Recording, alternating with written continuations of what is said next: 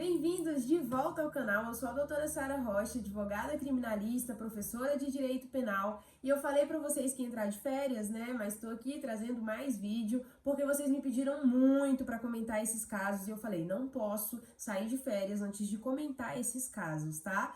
Então hoje nós vamos falar, gente, sobre casos que estão repercutindo demais na mídia, sobre violência policial, sobre abuso de autoridade, sobre direitos individuais, vamos falar um pouquinho até de direito do consumidor e principalmente vamos falar sobre legítima defesa. Se tem um ponto que vai ser central aqui é legítima defesa, mas tudo isso comentando casos de grande repercussão. Então fica aqui comigo que até o final a gente vai fazer uma análise jurídica completa, detalhada e trazer muitas reflexões jurídicas relevantes para você.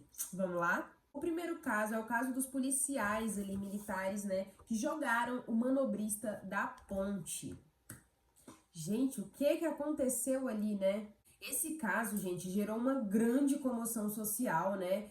Policiais militares foram vistos por uma câmera ali que estava filmando o local, exatamente o local, né? Eles foram vistos pegando um manobrista, um rapaz, né? E jogando de cima da ponte. Esse rapaz, né? O nome dele era Marcelo, né? É Marcelo. Ele não veio a falecer, tá? Moradores que estavam ali ajudaram ele, tá? E a gente tem testemunhas, gente, que falam que a polícia estava perto de uma festa que estava acontecendo, né, para dispersar o pessoal, e esse rapaz apareceu com a moto, e quando ele viu a polícia, ele caiu com a moto, e nisso os policiais correram para cima dele, né, e a partir daí as testemunhas já não veem mais, mas a gente tem a filmagem depois deles jogando o rapaz pela ponte, né. Gente, esse caso é realmente, assim, absurdo, tá? E inicialmente os policiais alegaram legítima defesa, né? Eles falaram que o manobrista estava tentando agredir eles, né? Tava indo para cima deles e aí que por isso eles agiram dessa forma. Mas a gente tem filmagens, né, que contradizem ali totalmente a versão policial. Tanto é que esses policiais, eles foram afastados, tá? Identificados, afastados, e inclusive um deles está preso, tá?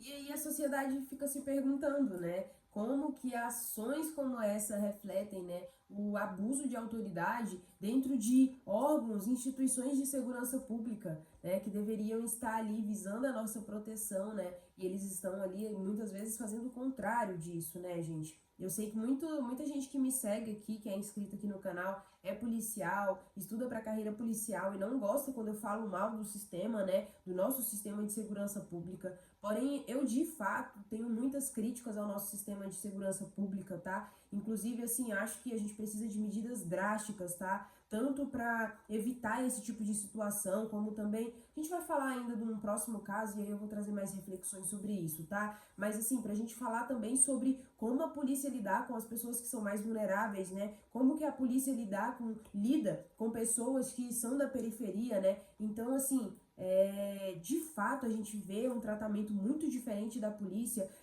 dependendo da zona. Eu, como advogada criminalista, vejo muito isso. A depender da zona onde a gente tá, se é no Lago Sul, que eu tô atendendo um caso que aconteceu lá, a polícia trata de um jeito. Agora, se é na Ceilândia, a polícia trata de outra forma, né? A gente vê isso claramente, nitidamente, sabe? Então, assim, eu sei que muitos policiais ficam bravos, comentam, falam assim, ela levou para opinião pessoal, e sim, de fato, né, esse canal aqui, ele não é só para comentar os casos de forma fria. Aqui eu quero trazer a minha opinião, e a minha opinião é que, de fato, assim, se você é policial e tudo mais, pense em fazer a diferença, porque, de fato, a gente não pode generalizar e falar que, todo policial age dessa forma. Não, não são todos, gente. Existem policiais bons que exercem um bom trabalho, existe sim, sabe? Só que também existe uma minoria que desrespeita toda essa instituição, sabe? A gente vê muitos casos de abuso de autoridade, gente, de policiais, assim, é uma quantidade exorbitante mesmo, assim. Aqui em Brasília, recentemente, a gente teve um caso de um rapaz que passou na blitz e a polícia atirou e matou ele, né? Então, assim, de fato, a gente vê o uso da força letal sendo utilizado de uma forma muito drástica contra a população, sendo que era para ser usada em minorias, somente em situações de risco mesmo, para o policial, aí ele poderia agir com esse excesso. Mas a gente vê, gente, que muitos policiais têm um reizinho ali na barriga, né, e se acham acima da lei.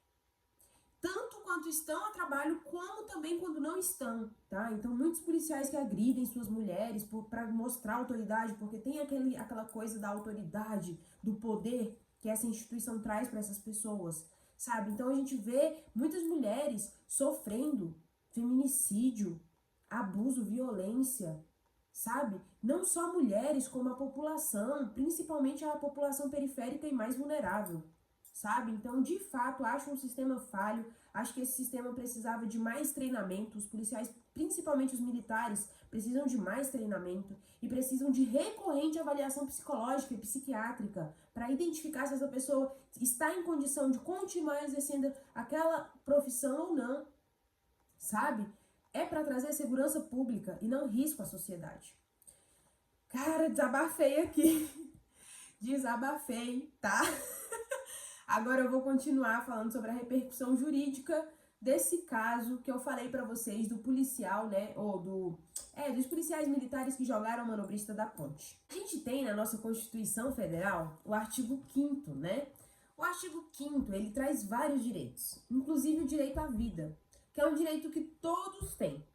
Além do direito à vida, o artigo 5º da nossa Constituição Federal, ele também vai proibir a pena de morte. Se é esse tipo de situação, gente, não é uma pena de morte, eu não sei o que essa situação é. Porque até agora ninguém sabe o que esse cara estava fazendo para merecer aquilo, que ser jogado de cima da ponte, certo? Então a gente tem na nossa Constituição Federal o direito à vida, a proibição da pena de morte. Então por que tem muitos policiais matando pessoas inocentes nas favelas, nas periferias, dia após dia? Além disso, no artigo 5º da nossa Constituição Federal, a gente prevê que as práticas de tortura são crimes inafiançáveis e imprescritíveis. Para mim, aquilo ali é uma tortura. Uma pessoa ser jogada de cima de uma ponte é uma tortura. Então a gente tem a nossa Constituição Federal garantindo direitos humanos, direitos fundamentais. Tudo isso precisa ser respeitado. Não é só a nossa Constituição Federal que é violada. A gente tem aqui claramente um crime de abuso de poder. Porque, gente, o uso da força letal, o uso da força excessiva, força letal é essa força que só pode ser utilizada em atitudes extremas, tá? Que é realmente você utilizar algo que pode fazer com que essa pessoa venha a óbito. Isso é o uso da força letal que foi utilizado por esses policiais. Isso aqui só pode ser utilizado, gente, é um uso excessivo de força. Não é para utilizar em qualquer situação, em qualquer pessoa que tá passando aqui de moto e caiu na minha frente, tá bom? É um uso excessivo. E aí, gente, tanto o uso excessivo dessa força letal, como também do crime de tortura, tudo isso pode ser configurado crimes contra a humanidade. E isso configura que o julgamento desse tipo de crime vai para nossa Justiça Federal, tá? E aí os policiais alegaram que legítima defesa, né? Só que a legítima defesa, a gente vai falar melhor sobre ela no próximo caso. Só vou dizer agora que é muito difícil a gente justificar o uso de uma força letal quando não se tem uma ameaça real. Se não tinha uma ameaça real, gente, não tem como a gente usar o uso da força letal. Isso configura esse uso dessa força letal excessivo. E aí a gente tem, né, a questão social, que é essa questão de como que as polícias, né, as nossas instituições de segurança pública, elas estão agindo dentro das periferias, dentro das favelas, com pessoas que são mais vulneráveis, né, e o quanto essas práticas dessas forças da nossa segurança pública, elas abalam diretamente a confiança que a sociedade tem na própria segurança pública. Então as forças de segurança pública que eram para nos proteger, muitas vezes passam a ser uma ameaça. Porque muitas vezes o que a gente vê, gente, é um ciclo, né? É um cenário onde ações excessivas de policiais, né, dessas instituições de segurança pública, eles são alimentados ali e nunca solucionados, e até mesmo eles são normalizados e a gente passa a achar normal esse tipo de atitude, onde a polícia pega e joga uma pessoa de uma ponte. Então a gente tem que parar de alimentar esse ciclo de violência, tá? Por parte da polícia, por parte desses órgãos de instituição. Lembrando que a gente nunca pode generalizar, porque existem sim ótimos, excelentes profissionais dentro dessas carreiras que fazem um ótimo e exemplar trabalho, tá? Eu mesmo conheço vários, tá?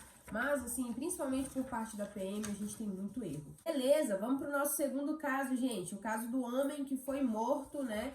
Um homem, eu acho que ele tinha 24, era 25 anos de idade, ou era 27. Alguma coisa assim, gente. Mas ele foi morto após roubar alguns saquinhos daqueles de sabão líquido no supermercado. Bom, gente, esse caso envolve, né, um homem, ele entrou dentro do mercadinho que ficava ali perto da casa dele e furtou alguns sacos daqueles de sabonete líquido, daqueles refil. Gente, eu mesmo compro esses refis, tá? E eu pago R$ 15 no mercadinho aqui perto de casa nesse refil. Ou seja, ele pegou uns 4 pacotes, ele pegou ali, daria uns R$ 60 mais ou menos. Ele pega esses sacos e ele sai correndo da loja, tá? Quando ele sai correndo da loja, tem um policial à paisana que tava ali pagando o consumo dele. Ele comprou alguma coisa, ele tava pagando, e o rapaz entra por trás, pega as coisas e sai correndo. Quando o rapaz sai correndo, ele cai bem na porta do estabelecimento. O policial que tava de costas, ele não tava a trabalho, ele tava paisana, ele tava de costas, né? E ele simplesmente viu o cara caindo, e aí ele vira de costas, pega a arma, uma Glock .40, e começa a atirar nesse rapaz. Ele deu 12 tiros. 12 tiros de .40 nesse rapaz. Ele descarregou a arma no rapaz. Rapaz que não representava nenhum risco para ninguém. Ele estava furtando um objeto, ele não estava armado. Ele atirou, o policial atirou pelas costas, tá? Então isso também é uma questão aí que a gente tem que comentar, né? Um policial que atira pelas costas e dá 12 tiros pelas costas. E aí esse policial alegou legítima defesa. Como que a gente alega legítima defesa, sendo que os tiros foram pelas costas, gente? Não tem nem como alegar legítima defesa. Ah, que o rapaz estava dizendo que estava armado, estava com a mão dentro do moletom. Mas, gente, foram 12 tiros, não foram 2 tiros. A vida desse cara estava custando R$ 60. Lembrando que a gente tem o princípio da insignificância no nosso direito penal, né? Na nossa aplicação aqui do direito penal brasileiro. Então, esses R$ 60, com certeza, até mesmo se essa pessoa fosse julgada por ter furtado, entraria no princípio da insignificância, tá? Então, esse caso, ele é insignificante para a justiça. Esse valor de R$ 60 que ele furtou ali seria insignificante até mesmo para a justiça. Quem dirá para levar ele para a morte, né? Eu acho que, de fato, foi uma atitude excessiva por parte do policial. Até porque eu nem sei se foi encontrada alguma arma com ele, eu queria muito saber disso, eu pesquisei aqui nas reportagens, mas não achei se foi encontrada de fato alguma arma com ele, com o rapaz que faleceu ou não. E sim, precisamos de uma aula sobre legítima defesa, porque tem muitos casos hoje sobre legítima defesa, né? E a gente vai entender aqui, porque vocês, meus queridos que me assistem, vocês sabem o que é legítima defesa, tá? Vocês vão saber agir em legítima defesa. E eu quero é que esse vídeo chegue cada vez mais pessoas para que esses policiais aprendam também o que é de fato legítima defesa. Então, sim, a gente vai ter aula de legítima defesa agora. Gente, o nosso Código Penal brasileiro, ele é claro ao afirmar que a legítima defesa, ela é sim cabível. Claro, é cabível. Só que diante de uma agressão injusta, primeiro a outra pessoa tem que ter agido de uma forma injusta e aí eu vou e reajo proporcionalmente à atitude dela. 12 tiros não é uma atitude justificável dentro da legítima defesa. E aí, novamente, a gente tem o uso da força letal, igual no último caso. E quando a gente está falando do uso da força letal, gente, é injustificável o uso da força letal quando não de extrema necessidade, o que não houve nesse caso. E o artigo 23 do Código Penal, inciso 2º, vai falar exatamente isso, tá? Da proibição de usar a força letal sem que tenha realmente uma necessidade. E além disso, gente, a nossa jurisprudência, ela vai avançando muito no sentido do uso da força letal, tá? Apenas em casos de maior gravidade, tá? Então a gente tem diminuído bastante o uso da força letal, principalmente em casos de menor gravidade, como esses 2 casos que eu falei aqui pra vocês. E, novamente, a gente tem um caso que vai trazer esse questionamento social de como as nossas forças de segurança pública estão lidando com as áreas, com as pessoas de maior vulnerabilidade nas regiões de periferia, como que eles estão lidando. E aí, novamente, aquele debate, né, que reacende essa questão da população, né, questionar novamente essas forças, né. Porque, gente, há sim uma falha dentro do papel da polícia em garantir a segurança pública sem o uso da violência, principalmente nesse tipo de caso que existe uma menor gravidade. Bom, gente, eu cansei de falar dessa questão aí da polícia, trazer todo esse assunto pesado pra mesa. Agora vamos falar de coisa boa, vamos falar de TechPix. Isso é coisa do meu tempo, tá? A galera mais nova aí não vai saber o que é TechPix, não. Sério, vamos falar de coisa boa agora? Vamos falar sobre o caso da mulher que se recusou a oferecer o lugar dela para a criança poder sentar e parar de chorar. Gente, esse caso é muito bom, gente. E é isso, ele envolveu uma mulher, ela se recusou a ceder o seu assento, ela estava lá sentada, plena com seu fone de ouvido, a criança começa a chorar, pediu a janela e ela continua plena, uma pessoa começa a filmar também, expondo a imagem dela, começa a falar, até inclusive essa pessoa, eu acho que caberia contra ela um processo dentro dos crimes contra a honra, caso a Jennifer, acho que é Jennifer, né, o nome dela, caso ela, a moça que estava sentada na janela, queira, tá, ela poderia sim processar. E essa situação gerou uma gigantesca discussão, né, principalmente sobre os direitos individuais de cada um nessa situação, gente. Quem é que tem em um ambiente tão pequeno e tão fechado como um avião? Quem é que tem mais direito do que o outro? A criança tem mais direito que a Jennifer? A Jennifer tem mais direito que a criança? Eu nem sei se o nome da mulher é Jennifer mesmo. O que acontece, gente? O direito da pessoa não fornecer o assento pro outro, ele não é um direito absoluto. Pode haver alguns casos em que sim, a pessoa vai ser obrigada a ceder o assento para o outro, tá? Mas aí são casos graves de saúde, onde a pessoa ali tem alguns problemas sérios relacionados a isso, e aí sim ela precisa de fato daquele lugar, aí sim a pessoa vai ter que ceder lugar e ela não tem escolha. E a gente tem que lembrar que a companhia aérea, ela é uma prestadora de serviço, então ela tem que garantir que o direito de todos sejam respeitados e atendidos. No caso da Jennifer, gente, esse caso dela gerou algum tipo de infração criminal? Uma contravenção penal? O que vocês acham? Não, gente, não gerou nenhum tipo de infração à atitude dela de não querer dar o lugar para criança. Eu até, às vezes, fico pensando, eu também não daria. Criança mimada? Sabe, às vezes eu fico também no lugar dela pensando que eu também não daria, às vezes eu fico, não sei, acho um pouco reprovável da visão de convivência social, sabe? Se tem uma pessoa ali chorando, esperneando, isso tá causando um certo alvoroço ali dentro do avião. Então, cede o lugar, sabe? Vamos prezar pela solidariedade, né? Pela empatia pelo próximo também, né? Então, eu fico um pouco dividida nessa situação, eu não sei o que eu faria. Provavelmente eu teria cedido o meu lugar, porque eu não gosto de confusão. Aquela, né? Advogada criminalista, vive resolvendo problema, não gosta de confusão. Conta outra, né? Mas assim, eu fujo de confusões que não tem necessidade de existir, entendeu? Então, talvez eu cedesse meu lugar por uma questão de convivência social mesmo, tá? Mas agora falar que, Jennifer vai ser processada, Jennifer cometeu algum tipo de infração? Jamais, tá? Não mesmo. Agora, se os distúrbios causados no voo chegarem a ser muito grandes, muito turbulentos, aí sim ela poderia responder por uma infração administrativa, tá? Mas essa infração administrativa, ela seria feita pelo Código Brasileiro de Aeronáutica, tá? Então seria uma questão mais administrativa mesmo e não uma questão jurídica, onde ela seria presa ou algo do tipo, tá? Eu acho que essa situação, ela traz essa questão do respeito, né, da solidariedade, da convivência social, da educação. Eu acho que em um espaço tão pequeno como um avião, a gente tem que pensar quem é que tem mais direito que o outro, né? De fato, nenhum tem um direito maior do que o outro, né? E o seu direito, ele vai até onde existe o limite do outro, certo? Então, de fato, Jennifer não fez nada de errado, né? Agora, em questão de convivência social, comenta aí, o que você acha? Você daria seu lugar para aquela criança no avião? Ou você não daria o lugar para criança no avião? Eu fico bem dividida, eu confesso. E para finalizar, falando do último caso, gente, que mulheres talvez vão poder usar spray de pimenta aqui no DF, tá? E essa vai ser uma medida aí de segurança pública. Eu vou ler para vocês um resumo do caso. O projeto de lei que... é um projeto de lei, tá? Calma que ele ainda não está sancionado, não tá valendo, não existe. Você não pode já ir hoje comprar o seu spray de pimenta, não. Calma. E outra, eu sou do DF, né? Então, isso aqui vai ter validade somente no DF. No momento, não tem validade. Só vai ter validade se for aprovado pelo nosso governador, que ainda não foi. Então, a gente tá esperando, tá?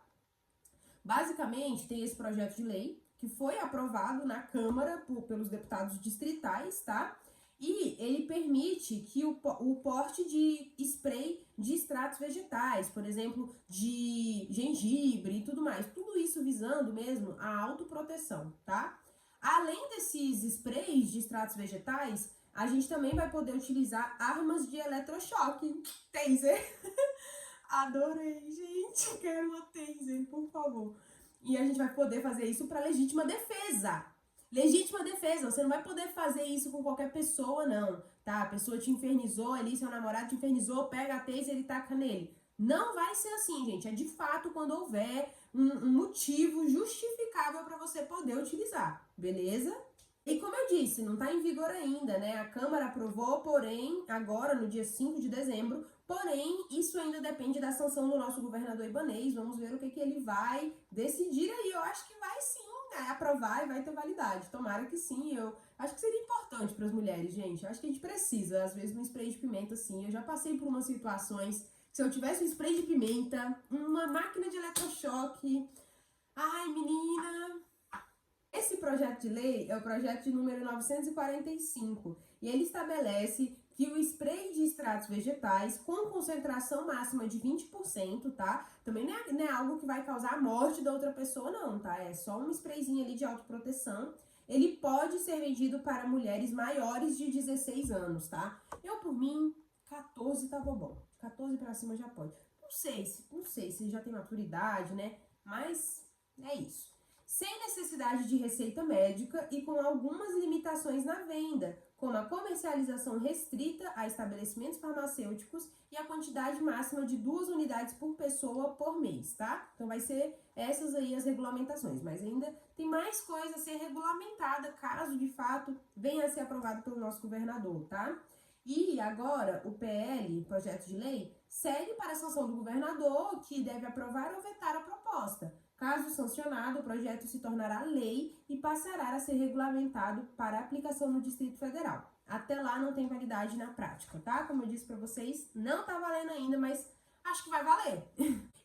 Na minha opinião, essa é uma conquista importante para nós mulheres. Eu acho que esse pode ser um método muito eficaz, sim, de autoproteção, especialmente, né, ali em contextos onde a violência de gênero de fato é alarmante. A gente tem regiões locais onde de fato esse perigo, né, é maior. Então eu acho muito interessante, né, a gente só tem que de fato ficar de olho nessa questão que eu falei pra vocês. É pra ser usado, gente, como legítima defesa. Não é pra usar em qualquer pessoa, não, porque se configurar abuso de direito, talvez você venha a ser presa, tá? Então é quando houver uma real ameaça, tá? A integridade física, tá? E é bom a gente ter essa regulamentação, mas de outro lado, a gente só tem isso por causa da crescente quantidade aí de violências, né, cometidas, gente, por questões de gênero, tá? Só aumenta. Então, por isso que a gente ainda precisa desse tipo de sistema aqui de segurança pública com as próprias mãos.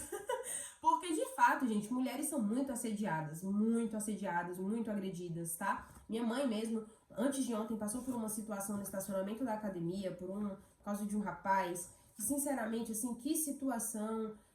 Queria que ela tivesse um spray de pimenta e uma máquina de eletrochoque naquele momento, sinceramente, tá? Ela chegou a ser agredida, a ter os bens, o patrimônio dela tirado dela, a situação absurda, tá? Então a gente de fato tem uma resposta aí a essa crescente violência de gênero no nosso país, mas isso é bom, pelo menos a gente tem atitudes tentando combater isso, né? E dando forças para as mulheres que muitas vezes se sentem vulneráveis, tá?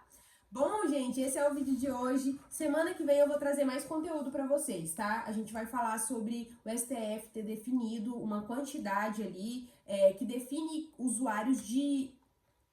tá? Então eu não posso falar em voz alta essas palavras, mas vocês já entenderam. E também vamos falar sobre o STF que tá julgando ali a questão da responsabilidade das redes sociais no conteúdo que é postado pelos usuários. Então vamos falar sobre isso também no próximo jornal e também sobre o MC Paiva, né, que está sendo investigado aí. Então trarei todos esses conteúdos no próximo jornal e aí acho que o próximo é de fato as minhas férias daqui, tá? Aí eu vou passar meu ano novo, meu Natal e aí depois eu volto pra gente continuar o nosso quadro. Mas Se tiver qualquer notícia importante, me manda lá no Instagram, @doutora Sara Rocha, beleza? Que aí eu já vou anotando na pauta para trazer para vocês. Um beijo, gente. Até o próximo vídeo. Eu espero que vocês tenham gostado e entendido. Tchau, tchau.